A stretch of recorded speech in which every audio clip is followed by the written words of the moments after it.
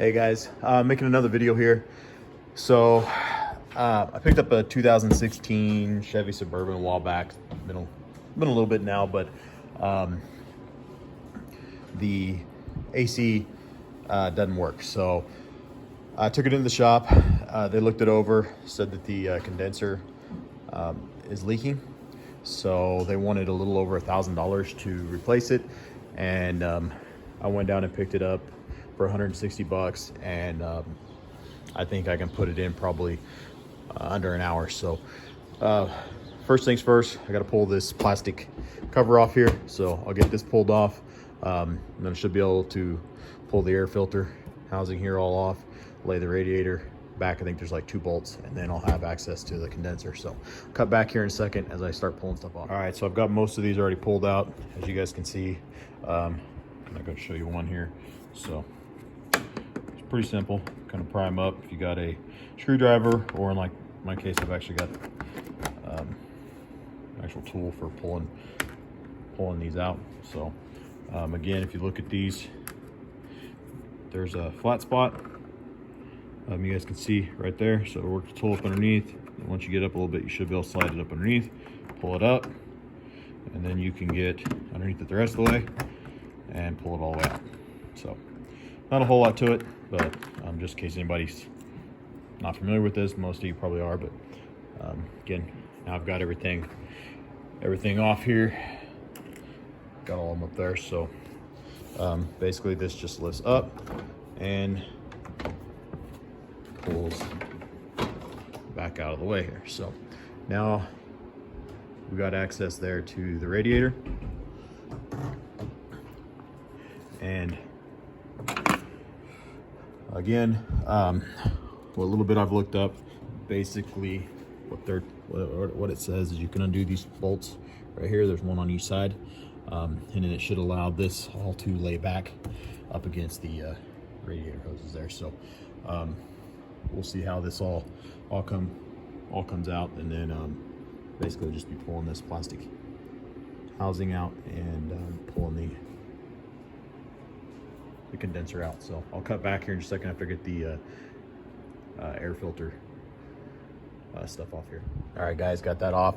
So basically there's just a hose clamp here, flat blade to pull that off, hose clamp here to pull this off, and then these just press in and gives you access in here to the radiator. So again, I'm gonna go ahead and pull. You guys see that bolt? I think they're like a 13 mils, what I read online. So go ahead and pull those, drop that back, and then see if we can get the condenser out. Cut back here in just a second. All right guys, I was wrong on these. They're actually 10 millimeter on both sides here. So this one you can get pretty easy. The other side I put an extension on my little Milwaukee electric ratchet. So, and then this should pull up and lay back. So I'll see if I can video. I don't know if this is gonna go well. They said there's some grooves that it's in, so we'll see. Maybe. Yeah, I think it'll go. So let me cut back here in just a second. Let me see if I can lift up on it. I'm gonna have to use both hands, but if there's something else I'm missing, I'll let you guys know. All right guys, I was wrong on the bolts. It's these here. They are 13s that come out here. I did have to pull the air filter housing completely out to make room, so this will slide back. Honestly, I don't think I needed to undo these 10s. I think that probably could have stayed in, but I'm gonna leave them out for right now. So basically, to get this out, it's pretty simple. You unclip your wires, and then there's one little clip here that pushes in, and then it just literally pulls up and out. So I'm gonna undo the transmission lines. I don't know if you guys can see it right in here. So I'm gonna undo it, and then there's a 10 mil right here that's on this little clip. Hopefully you guys can see it right below my finger there. I'm gonna undo that. That'll loosen these up, and then hopefully I'll be able to lay this down or lay it back a little further, and see if I can get the rest of it and get the I believe the condenser just it slid into some clamps up here on the front. So hopefully if I can get these undone, and I should be able to slide that up and out of the way. So I'll cut back here in just a second. Okay guys, I've got the transmission lines pulled off. I actually used the plastic inserts from the new one to shove in there to keep from making a mess. So you guys can see that side's off. This side here is also off again. I don't know if you guys see that, but I shoved those plastic inserts in there. I also pulled the AC lines loose down here. It's kind of hard to see, but they're right here. They're all loose. So that goes from the compressor into the condenser. So everything right now is loose. Trying to get this plastic piece pulled off. Once I get this out of here, I should be able to lay this down a little more.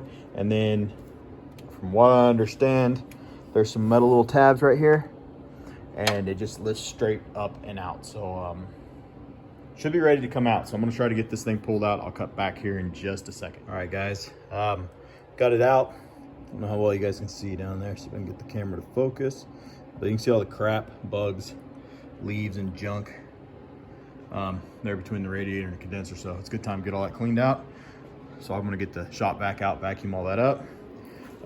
Here it is. So basically, when I was talking about the coolant lines, this is the coolant where it ties in. So I'm going to pull this stud out, put it in the new one, pull all the plastic off the edges here, and get all this put onto the new one over here. So again, what I was saying is, here's the transmission lines. I just use these little caps, shoved them in there, and it kind of helped keep from making a huge mess, oil running all down inside the car. So I'm gonna cut back here in just a second when I get all this stuff put off the old condenser onto the new one, and get all this vacuumed out and start the process of putting it back in. All right guys, got it all put back together.